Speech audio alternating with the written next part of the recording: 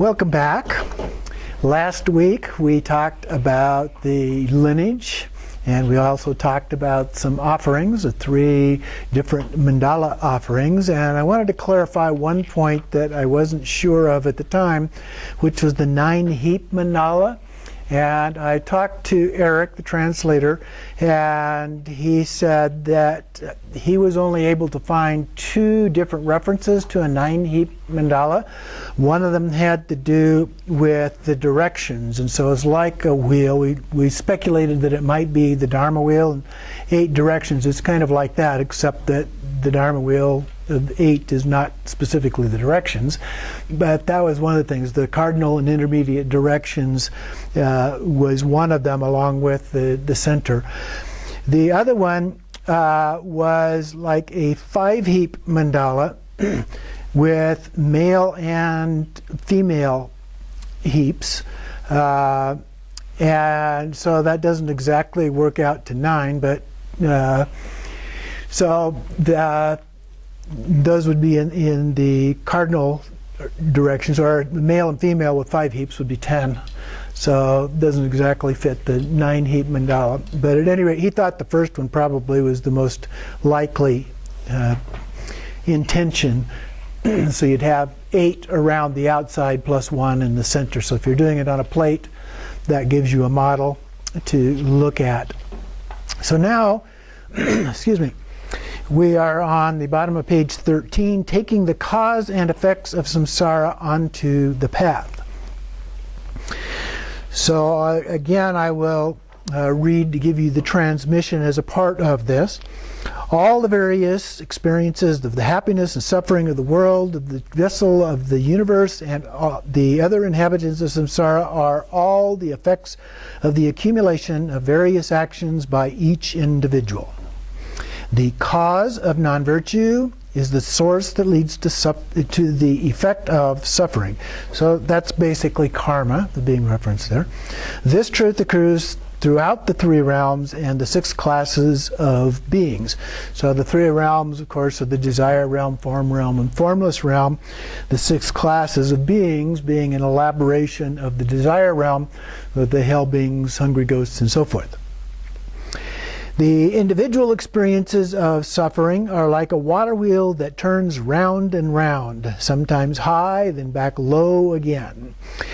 So that actually is a reference to the higher and lower realms. You know, we go in reincarnation, we go to a high realm once, and then we drop to a low realm, and so forth. Sometimes described is that way. Negative deeds lead to births in the lower realms. Through virtue, in accord with the cause of liberation, beings experience the fruition of that path, which is the truth, the cessation of suffering, the happiness of nirvana. And so the virtues, we have the 10 virtuous actions and non-virtuous actions, as well as other vows that are a part of the practice experience. And then here, the cessation of suffering, of course, is the 3rd noble truth. Therefore, you should seek liberation of yourself and wandering beings from the ocean of the suffering of samsara.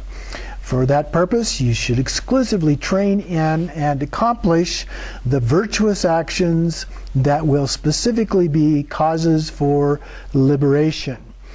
And so that would be like the 10 non-virtuous things to avoid and the 10 virtuous ones to engage in that are helpful. Or, as the Dalai Lama often says, do good or at least do no harm. A very simple way of looking at these things, and oftentimes helpful, because sometimes even these guidelines can have gray areas that can make it difficult to interpret. If you do not act in that way, you will again experience the sufferings of samsara. In particular, the sufferings of the lower realms, so these would be the 3 lower realms of the desire realm, are such that you do not have the time to pursue liberation when you experience them. Thus, from today onwards, you must apply yourself to the path of liberation as much as possible. Okay? You must feel that you are going to use this ship of the difficult to obtain freedoms and advantages of a precious human birth in a meaningful way. And in the Uncommon Nundros, we do a contemplation of precious human birth, or precious human life is sometimes the way that it's worded, and various freedoms and advantages. And so the freedom of human birth is compared to the other 5 realms that we're in a better position to attain enlightenment than we are if we're in any of those other realms. And then there are 5 individual advantages: the human body as a support, a place where Dharma is taught, the sense faculties, in other words, no disabilities that get in the way of our ability to actually study, practice, and so forth. Intention, in terms of our lifestyle, the way that we are able to behave and take advantage of this life in order to do that study and practice. And having faith, or the willingness involved. There are 5 also circumstantial advantages that are talked about in this context: the presence of a teacher, the doctrine being taught, having the time that it is being taught, and your own good fortune of being able to be there, and being accepted by a teacher or spiritual friend to receive the teachings. So these are all elements that are discussed in other texts, such as the jewel ornament of liberation and the words of my perfect teacher, and so forth. Persevere from your heart in meditating on the mind of adopting the virtues and abandoning the negative deeds of samsara and nirvana. So then we have the impermanence aspect. So basically the above part primarily focused it on the precious human life. So now we focus on impermanence. And this one is divided into 3 parts in the text here. The first one is meditating on impermanence and contemplating the outer 4 times. Basically the seasons, although it talks about some other examples like that too. The divisions of the seasons are that after winter there is spring. After spring, there is summer. After summer, there is fall. Each of these things arises. Of course, the exception to that, there's always an exception to that, but Arizona doesn't typically have those 4 seasons, so we're a little bit different. Oh, I thought we just had summer and summer. Then day by day, month by month, in the manner of impermanence, these are signs that your lifespan is certainly being consumed. So as a preparation for doing practices, when we do these contemplations, looking at the seasons and the changes with the seasons and so forth, are kind of a heads up. Things are changing, things are not going to remain the way that they are, and our life is limited. So meditate from the depths of your heart on your feelings about if you are going to die or not. Now what we often do is we do impermanence and death. Those 2 are usually combined together in this contemplation practice. So we think about different forms of impermanence, different forms of change, but then we get to the point, one of those pieces of change is this lifetime. Okay, it's changing while we're going on, but it's also going to end at some point. And so contemplating that is done as a motivation to deal with things now, because it's not going to last forever. The second part then is meditating on impermanence of your life, relying on the 4 interchanging elements. And so age and youth of yourself and all others is like a spring flower. One moment it blossoms and the next it decays. The nature of aging is such that the source of sickness, it is the source of sickness and suffering. Contemplate how everyone will perish and their forms will be scattered by the wind throughout cemeteries and charnel grounds. So again, this is the part that I was just referring to, of thinking about the dying and death experience, illnesses that come up and other things that happen in this lifetime. And the third element is meditating on impermanence and contemplating the secret dissolution of the 4 elements. So this one refers to that dissolution of elements in the process of dying. Everything, moment to moment, has the nature of impermanence and destruction. Think about how this occurs in stages of youth and old age. You also do not transcend the reality of death. Contemplate whether or not you will think you will die when your life ends. Today is your last day in this world. Feel with certainty that these are your last companions: food, clothes, and bed. So this is a contemplation that we do, thinking about all of these things that happen when we come up to the moment of death. Think about how the four elements will dissolve for you at the time of death. So this would be the earth, water, fire, and air, and sometimes space is added as a fifth element. But the word here in Tibetan for air and space is actually the same. Meditate from your heart on the uncommon method of contemplating impermanence. So we would also spend a little bit of time contemplating that. So as you read these things, pause and actually do some contemplation on each of these things. Next, we have taking love and compassion onto the path.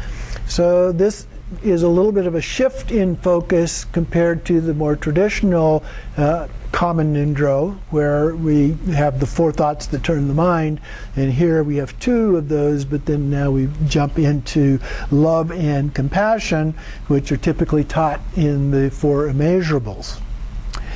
And so we have meditating on love for all beings who do not have happiness.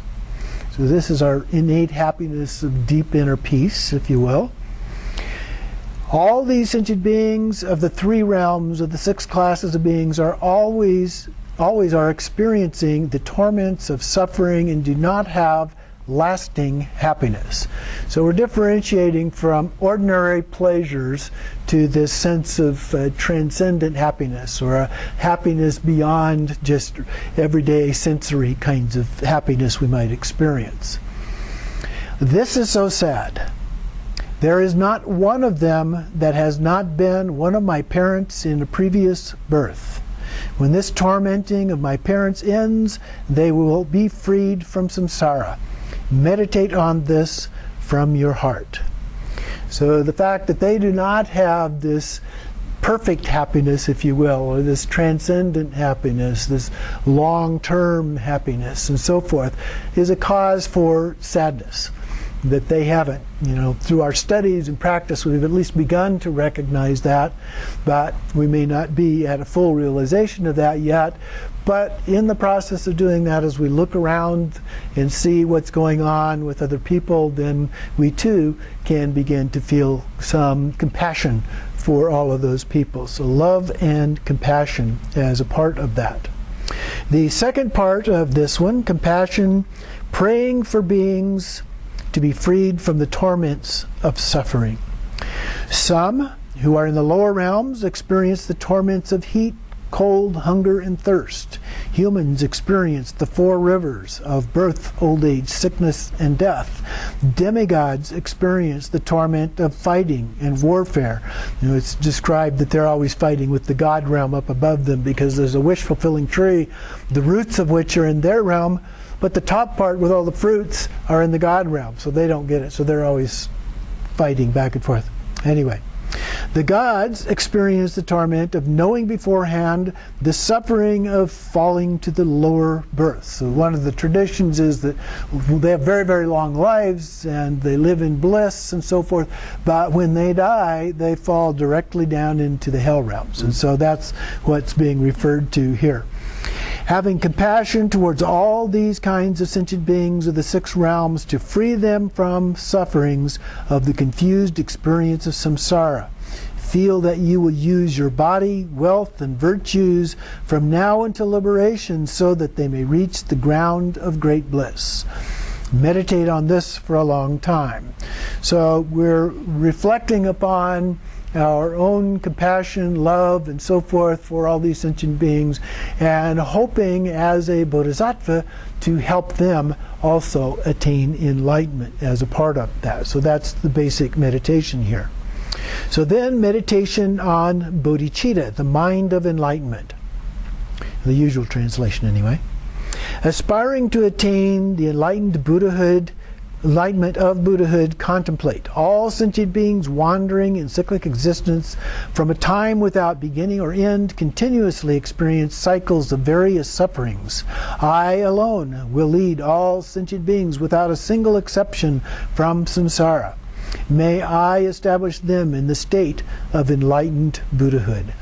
So we're setting our intention here again to help all beings attain enlightenment. So that's the Bodhisattva ideal, is that we would do this in order to help benefit all beings. Contemplate this and also recite it. Then dedicate the virtue for sentient beings. Train your mind so that in all your activities you are doing nothing but working to help sentient beings. So that altruistic approach to life is something that is deeply embedded in all of the tradition. We talk about the path of individual liberation, and sometimes we think, well, they're only in it for themselves, but that's not really true. It's just that it's not the main emphasis in that path like it is in Mahayana or the path of altruism, where there's more of an emphasis on the aspect of other beings and helping other beings achieve liberation as a part of that. The next part then, we go on to the need for the common preliminaries. Why do we need these things? These have been referring to, in this case, what he refers to as the common preliminaries, even though they're a little bit different than the traditional ones in Tibetan Buddhism. There are two parts to why the practices are needed. The first one, the temporary need of the practices, and the second one, the ultimate necessity. So, the first one, temporarily, through the meditation on union with the Guru, the door of blessings is opened. Through stages of the mandala offerings, the karma of the two obscurations is purified. So, two obscurations are afflictive emotions and mental obscurations.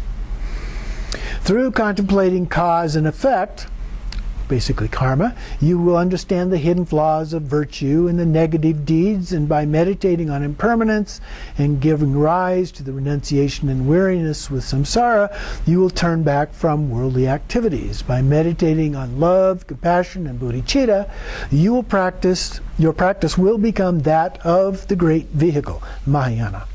Ultimately, these are necessary so that Buddhahood will be attained. So, what we have covered then, the first one with the lineage, we talked about the Guru, and the second one we talked about the various offerings in the form of 3 different mandala offerings, and we talked about precious human life, and we talked about impermanence as a part of that, and then we added the love and compassion aspect to that as well. So that gives us a good overview of the preliminary practices going into this, so somewhat more summarily articulated than what we traditionally look at, but it gives us a good solid background in that area. So we'll take a little break here.